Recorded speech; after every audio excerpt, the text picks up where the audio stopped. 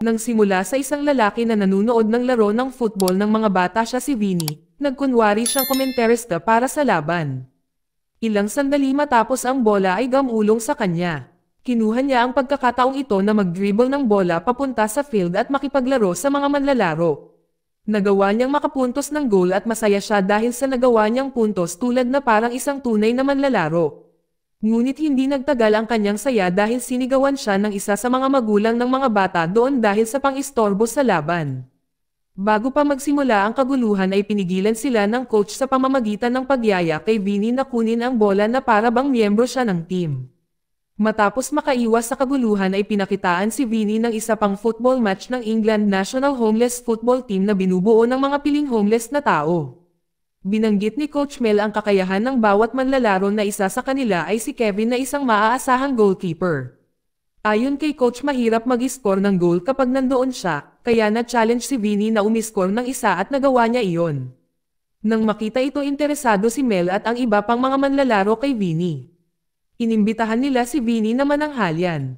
Sinabi sa kanya ni Mel ang tungkol sa koponan at inimbitahan si Vinny na sumama sa kanila. Sinabi rin ng ibang players kay Vinny ang kakayahan nila at sasali sila sa Homeless World Cup sa Rome.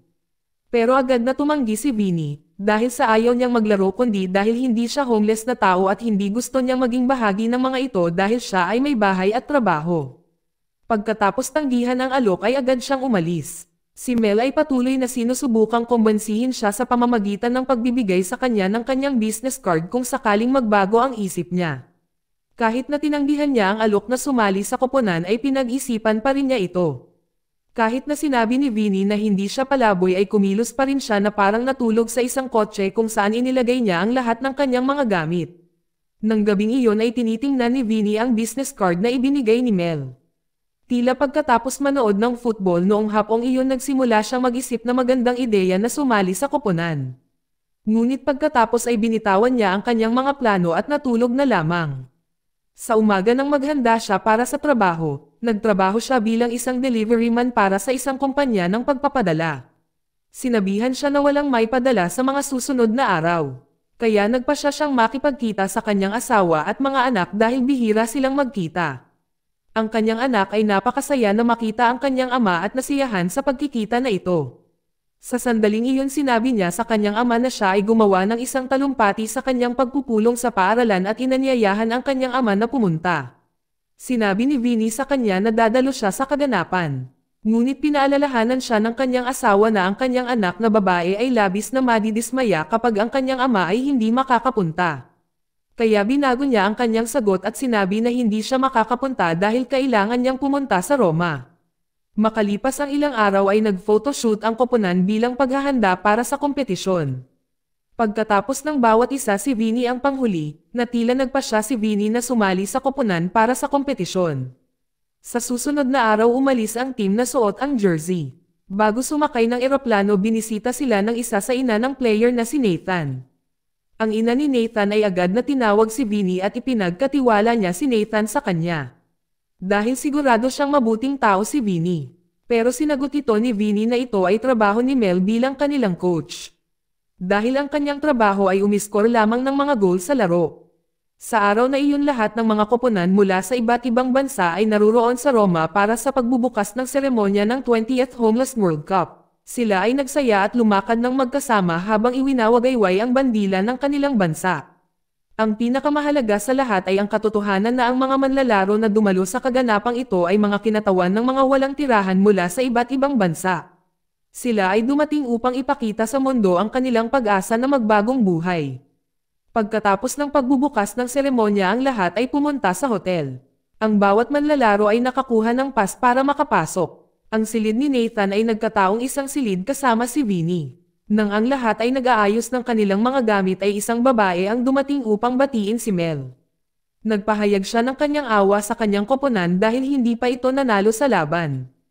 Kahit na pagkatapos ng 12 beses sa World Cup, sinabi niya rin ang iba pang mahusay na mga koponan na madaling talunin ang kanyang koponan. Ngunit sinabi ni Mel na ang kanyang koponan ay lubos na kumpiyansa na sila ay handa at marami silang natutunan mula sa mga pagkatalo. Nang marinig ang sinabi ni Mel, hinamon siya ng babae sa pagsasabing air-treat niya sila sa hapunan kung ang koponan ay magkaroon ng pagkakataon na manalo. Pagkatapos ng pangyayaring iyon, nalaman ni Vinny na adik si Nathan at hindi siya mahilig dito. Lumapit siya at nagprotesta kay Mel, ngunit naniniwala si Mel na lahat ng nandoon ay may kanya-kanyang kwento at dahilan sa paglalaro ng football tulad niya. Si Vinny ay hindi makapaniwala sa mga sinabi sa kanya ni Mel kaya umalis siya. Sa sumunod na araw ang mga manlalaro ay naghahanda na, ngunit wala doon si Vinny. Hindi na siya bumalik sa kanyang silid matapos ang nangyari sa kanila ni Mel. Inakala ng koponan ni Vinny na hindi siya sasali, ngunit 10 minuto bago ang laban, suot ni Vinny ang kanyang jersey. Ang mga laban sa yugto ng grupo ay isinagawa upang magpasya kung aling mga koponan ang maaaring makapasok sa quarterfinals. Nasa Group A ang England at maglalaro laban sa South Africa para sa kanilang unang laban. Ang England ay pumasok sa field at handa nang simulan ang laban. Ngunit wala ang South Africa, kaya naman ang England ay kailangang umabanti sa susunod na yugto. Ang susunod na kalaban ay ang Portugal. Sa unang bahagi sina Vinny at Nathan ay mga kapalit at sina Jason at Kevin ay naglaro. Ang England ay nagsimula ng laban ng hindi maganda, kung saan ang Portugal ay umiskor ng 2 goal laban sa kanila at si Mel ay nakakuha ng pulang card dahil sa pagpasok sa field upang magprotesta. Ngunit ang sandaling ito ay nagbago kaagad nang pumunta si Vinny upang palitan si Cal at agad na umiskor ng 1 goal.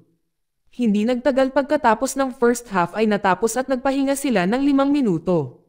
Si Mel ay walang magawa matapos makakuha ng pulang card, kaya lang niyang manood mula sa upuan. Si Vinny ay isa sa talented na manlalaro, ang pumalit sa papel ni Mel sa pamamagitan ng pagbabahagi ng kanyang taktika sa kanyang buong team. Malaki ang tiwala niya na kahit na masama ang laro ng kanyang koponan ay hindi problema kung maglaro sila ng kanyang plano. Sinabi niya sa kanyang mga kaibigan na palaging ipasa ang bola sa kanya. Natapos ang break at ang lahat ng mga manlalaro ay bumalik sa laro. Ang England ay naglaro ayon sa planong ginawa nila at sa wakas ay naangkin ang panalo sa score na 5-2. Nauna sila sa ibang team sa kanilang grupo na may 6 na puntos. Ang sumunod na laban ay ang Portugal sa Japan. Ito ang unang pagkakataon na ipinadala ng Japan ang kanilang koponan sa World Cup at natalo sila 1-0 laban sa Portugal. Matapos ang laro ay pinaunlakan ni Mel ang Japanese coach sa pagsasabing nakaranas din ng katulad na pagkatalo ang kanilang koponan na may score na 0-0. Ang buong team ay nasa venue pa upang manood ng laban mula sa ibang grupo.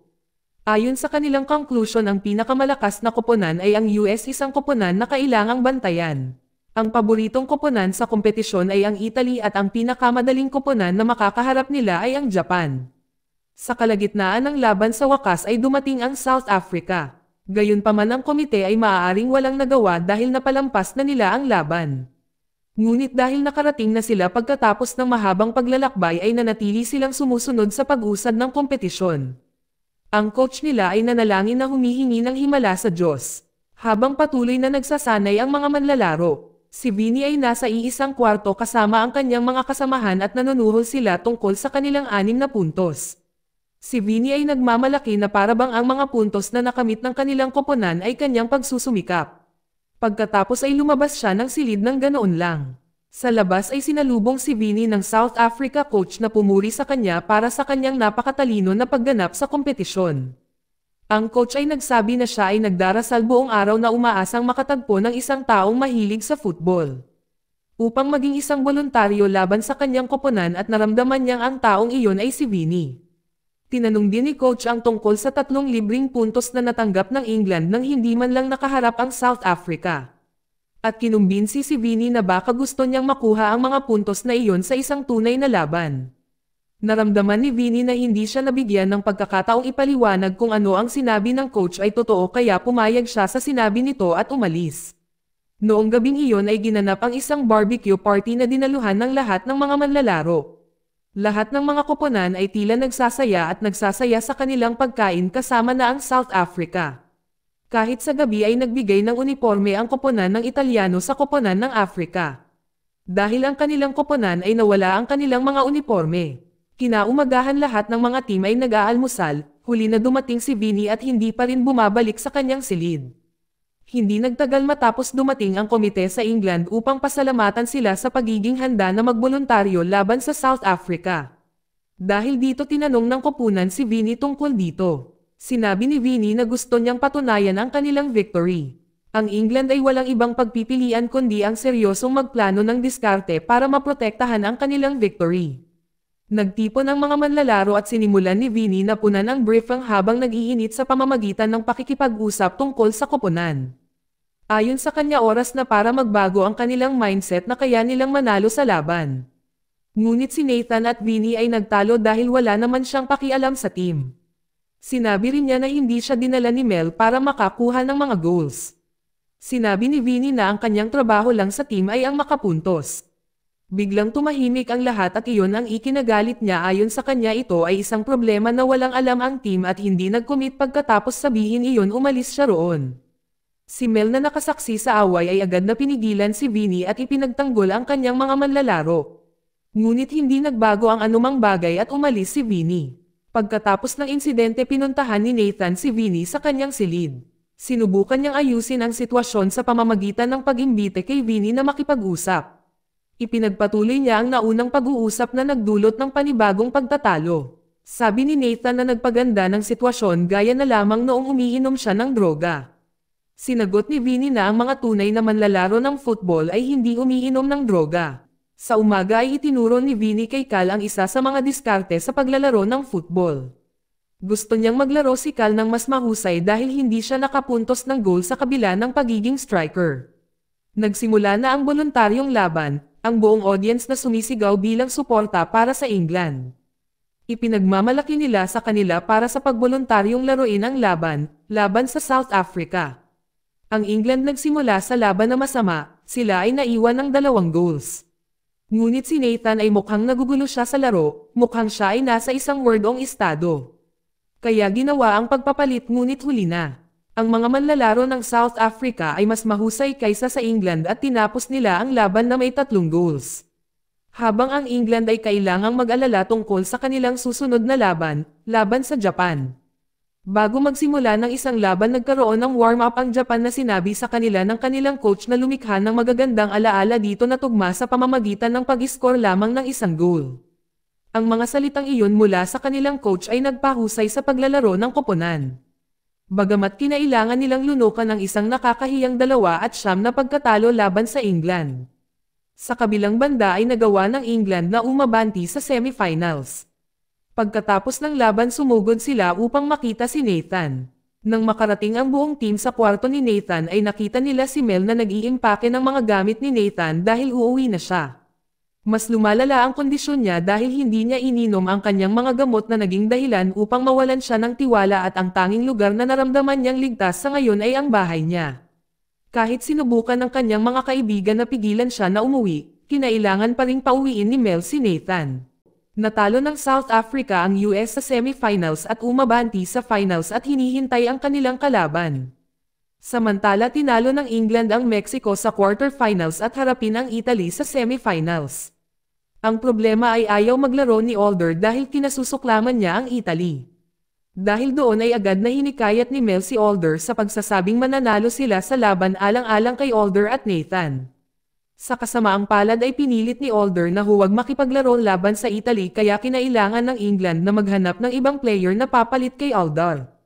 Dumating na ang laban sa pagitan ng England at Italy. Ang score ay 3-2 para sa Italy. Naging tense ang laban, pareho ang mga koponan ay pare-parehong malakas. Hindi nagtagal matapos ang isang foul na naganap na nagbigay daan sa England na kumuha ng libreng sipa. Ang pagkakataong ito ay kumpiyansa na kinuha ng manlalaro na pumalit kay Alder. Ngunit ang sipa ay malayo sa target na ikinagalit ni Vinny at nagdulot ng kaguluhan. Dahil dito natanggap siya ng isang yellow card na pagkatapos nagresulta sa pagkakaban sa kanya sa laro sa loob ng 2 minuto. Sinubukan ni Mel na pumasok sa field para pakalmayan ang sitwasyon. Ngunit binigyan siya ng pulang card at pinaalis siya. Hindi na napigilan ni Alder ang kanyang galit nang makita niya ang nangyari sa kanyang team at sa wakas ay pumasok siya field bilang substitute. Ganun pa rin ang score hanggang sa wakas ay bumalik na si Vinny sa field. Agad siyang humingi ng pass at nagawang umiskor ng goal at natapos ang laban sa isang draw. Napilitan silang kumuha ng penalty kick para matukoy kung sino ang mananalo. Nanalo ang Italy sa score na 4-5, kahit natalo sila sa laban nakapasok naman sila sa semifinals at sapat na iyon. Pagkatapos ng laban ang mga manlalaro ng England ay pumunta sa kanilang mga silid. Sinisisi nila ang isa't isa sa laban maliban kay Alder na nagpapasalamat sa lahat ng kanyang mga kasamahan sa pagtanggap sa kanya bilang kanilang pamilya. Si Vinny ay sinisisi sa pagbabalik ni Nathan at ang kanyang missed penalty kick. Hindi niya ito tinanggap at ipinagtanggol ang sarili sa pamamagitan ng pagtalakay sa nakaraan ng lahat sa kanyang koponan. Ngunit tumahimik ang mga pangyayari nang sabihin ni Alder na dati siyang barbero at nag-alok na mag-ahit ng libre. Sinabi agad ni Mel na gusto niya magpaahit, ngunit nagambala si Vinny at gusto munang magpaahit. Pagkatapos noon ay tumawag si Vinny mula sa kanyang anak na nagsabi sa kanya na naghatid ito ng kanyang talumpati sa kanyang ama na bahagi ng walang tirahan na football team ng England. Nang marinig ito ay nagalit si Vinny at sinisi niya si Mel sa pag-imbita sa kanya na sumali sa koponan na ikinainis niya na ikinukumpara siya sa mga walang tirahan. Kaya sikal na napukaw ang emosyon ay hindi makayanan ang sinabi ni Vinny na nag-iisip na siya lang ang dahilan kung bakit napunta ang koponan sa semifinals. Ipinagtanggol ni Vinny ang kanyang sarili, ipinaliwanag niya na siya ay talagang isang profesional na manlalaro ng football. Siya ay dating manlalaro ng West Ham United at opisyal na naitala bilang number 1. Naglaro siya kay Bobby Moore bilang isang kapitan ng Inglaterra at si Jeff Hurst na umiskor ng isang half-trick sa final ng World Cup. Si Vinny ay agad na lumabas ng silid matapos ang kanyang pangungusap, hindi lang galit ang namamalagi sa kanya kundi lungkot din. Dahil naalala niya ang kanyang nakaraan isa nga siyang mahusay na manlalaro. Isa siyang talentadong manlalaro at akala ng lahat ay magiging matagumpay siya. Ngunit sa paglipas ng panahon ay napagtanto ng mga tao na hindi siya sapat at nawalan siya ng kumpiyansa. Noong gabing nakipagkita si Mel sa isang babae noon, para makuha ang libreng dinner na ipinangako nito. Sinabi niya sa babae ang tungkol kay Vinny noong magaling pa siyang manlalaro ng football. Sa katunayan ay isinulat ni Mel ang pangalan ni Vinny sa listahan ng mga mahuhusay na manlalaro. Nagkaroon din siya ng magagandang layunin kaya kinailangan niyang kalagkarin si Vinny sa team. Hindi lamang para sa pag-score ng mga goals, ngunit si Mel mismo ay hindi alam kung anong uri ng landas ang kanyang tinahak. Upang maghanap ng sagot, bumisita si Mel sa simbahan sa lungsod upang magtapat sa kanyang yumaong asawa. Gusto niyang malaman kung ano ang dapat niyang gawin para malampasan ang kanyang mga paghihirap. Matapos magdamag sa pagtatapat sa kanyang asawa, nagulat si Mel na sa lahat ng oras na ito ay sinamahan siya ng kanyang koponan. Pagkatapos ay niyaya niya silang maghagis sa rebulto sa simbahan habang sinasabing matutupad ang kanilang mga hiling. Nagising si Vinny mula sa kanyang pagkakatulog at napagtantong huli na siya sa laban. Agad siyang sumugod upang maghugas ng mukha upang pumunta sa laban. Dahil ang England ay harapin ang malakas na kalaban ang US. Samantala ang kanyang koponan ay handa at naghihintay sa kanyang pagdating. Kahit na hindi sila sigurado na darating si Vinny ay nag-aalala pa rin sila sa kanya. Nagsimula ang laro nang wala si Vinny, pinigilan si Vinny ng gwardya na pumasok sa field kahit pagkatapos na sinasabing bahagi siya ng koponan na naglalaro. Ang tanging magagawa niya ay panoorin ang laban mula sa labas. Sa simula ng laban nagtagumpay ang England na umiskor ng goal na sinundan ng 2 goal mula sa US. Ngunit nahabol ni Alder ang kanilang iskor sa pamamagitan ng pag-iskor ng isa pang goal. Naglaro din si Cal at umiskor pa ng goal sa mga huling minuto. Sa huling segundo ay nagawa ni Kevin na masecure ang bola mula sa goal para masiguro ang panalo sa laban. Nanalo ang England sa score na 3-2. Matapos mapanood ang laban, umalis si Vinny, dumating si Suman ang coach ng South Africa para imbitahan siyang maglaro para sa team niya laban sa Italy. Dahil nasugatan ang isa sa mga manlalaro niya at hindi makakalaro, tinanggihan ni Vinny ang kahilingan, ngunit sa huli ay pumayag si Vinny na sumali maglaro para sa South Africa. Agad na pinalitan niya ang jersey. Nang makita si Vinny pagpasok sa field ay sobrang sigla ni Mel. Agad siyang tumayo at sinigaw ang pangalan ni Vinny. Pagkatapos ay sinundan ng lahat ng England players. Tuwang-tuwa si Vinny na makakuha ng suporta mula sa kanyang team. Sinimulan niya ang laban ng may sigasig at nagawa ng South Africa na pangunahan ang score 2-0. Sinundan ng Italy na may isang goal na sinundan ng isa pang goal mula sa South Africa. Hanggang sa ang score ay 3-1, ayaw ng Italy na matalo at nagawa pang umiskor ng 2 pang goal. Kinailangan ng South Africa na umiskor ng isa pang goal para masigurado ang panalo at sa wakas ay nagtagumpay sila sa score na 4-3. Na humantong sa kanila upang maging kampyon sa mundo, ang lahat ay masaya na nagpalakpakan at humahagibis sa isa't isa na nagdiriwang ng tagumpay. Matapos ang pamamahagi ng medalya ng laban ay ginanap. Si Vinny na hindi nakipaglaro sa kanyang koponan ay nakakuha ng huling medalya mula kay Mel. Sa okasyong iyon humingi ng paumanhin si Vinny kay Mel at ipinakita ni Mel ang kanyang mga tala na patunay na pinili niya si Vinny sa simula pa lang. Dahil itinuturing niya itong isang mahusay na manlalaro. Alam ang katotohanang si Vinny ay napakasaya at ipinagmamalaki ang kanyang sarili. Sa gitna ng kaligayahang si Cal at ang iba ay lumapit kay Vinny na kanilang pinili. Bumangon si Vinny at dinala siya sa gitna ng field para tanggapin ang trofeo para sa walang tirahan na kampyon sa World Cup. Sa pamamagitan ng kompetisyon na pagtanto ni Vinny ang maraming bagay noong nakaraang taon talagang pinakamadilim niyang sandali. Ngunit dumating si Mel upang bigyan siya ng isa pang pagkakataong maglaro muli. Hanggang sa wakas ay nakakuha siya ng medalya. Ngunit ang pinakamahalagang bagay ay naglaro siya upang maging bahagi ng isang bagay at tinanggap siya muli. Pagkalipas ng isang taon ang koponan ng football ng England na walang tirahan ay nakakuha ng mas maraming miyembro. Sa pagkakataong ito ay itinuro ni Vinny sa iba pang mga manlalaro ang kanyang magandang laro. Mula noong 2001 ang koponan ng football na walang tirahan ay naging isang pandaigdigang kababalaghan. Kasing dami ng 70 bansa ang lumahok at nagtagumpay sa pagbabago ng buhay ng higit sa 1 milyong mga taong walang tirahan. Salamat sa panonood kaibigan.